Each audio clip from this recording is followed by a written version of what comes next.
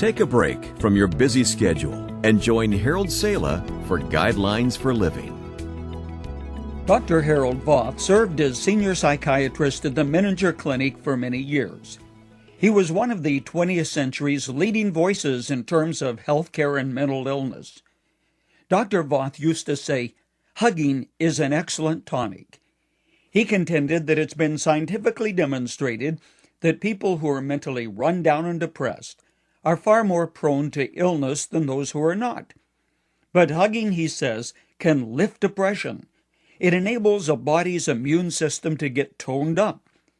Dr. David Bressler, director of a pain control unit at UCLA Medical Center, says, "The type of hugging I recommend is the bear hug."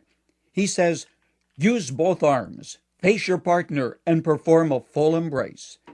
He said, "I often tell my patients to use hugging as part of their treatment for pain. To be held," he said, "is enormously therapeutic." To his words add the testimony of Dr. Robert Nearson, chairman of the psychiatry department at Scott and White Clinic in Temple, Texas. He said, "A hug can have an astonishing therapeutic effect. It provides a sense of companionship and happiness." Dagmar O'Connor is a psychiatrist and therapist. In an article published entitled "All About the Fine Art of Touching," she said, "It's a source of continuous wonder to me, even after all these years as a sex therapist, that simply touching and being touched can solve so many of our problems." Dr. Bressler, the doctor who heads the pain clinic, says, "Sometimes I just take out my prescription pad and then I write out a prescription for 4 hugs a day, one at breakfast, lunch, dinner, and bedtime. But does it work? That's the part you have to determine for yourself." Question: have you ever wondered why Jesus often reached out and touched people?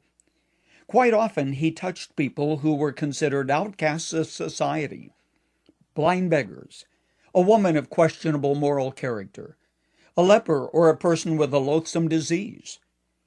Jesus gave them healing even beyond the miracle of physical healing. Today, in many parts of the world, we are simply handshakers. We're more comfortable without getting quite so close to people. And I, for one, have to say that a lot of love can be expressed with a sincere, firm handshake, the kind where you look someone straight in the eye and with honesty and sincerity and meaning, shake hands. Nonetheless, a score of medical authorities are saying, hold it, an embrace, a touch, a hug, or a kiss goes far beyond the handshake in communicating on a deep and personal level. Paul recognized the importance of communicating love through physical contact. He wrote, "Greet one another with a holy kiss," something still done in many places throughout the world. But going back to the question, why did Jesus touch people? Why does the New Testament tell us to greet each other with a holy kiss or a warm embrace? Good psychiatry? It's that, but more than that. There's healing in the touch of a hand, in a warm, sincere embrace. God wants us to major on restoration and healing. But if this is all true, and I doubt that I have to convince you, why don't we get on with it? We need to realize hugging is not sexual unless you make it that way. There's a great deal of healing in a touch. Dr. Bressler's prescription, 4 hugs a day, is all right after all.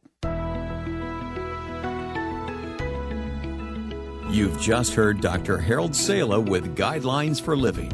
If you'd like to listen to the program again, download a copy, subscribe to our devotional, or view other resources, visit guidelines.org. We would like to hear from you, too. You can email us at info@guidelines.org. Thanks for listening, and we invite you to join us again for the next edition of Guidelines.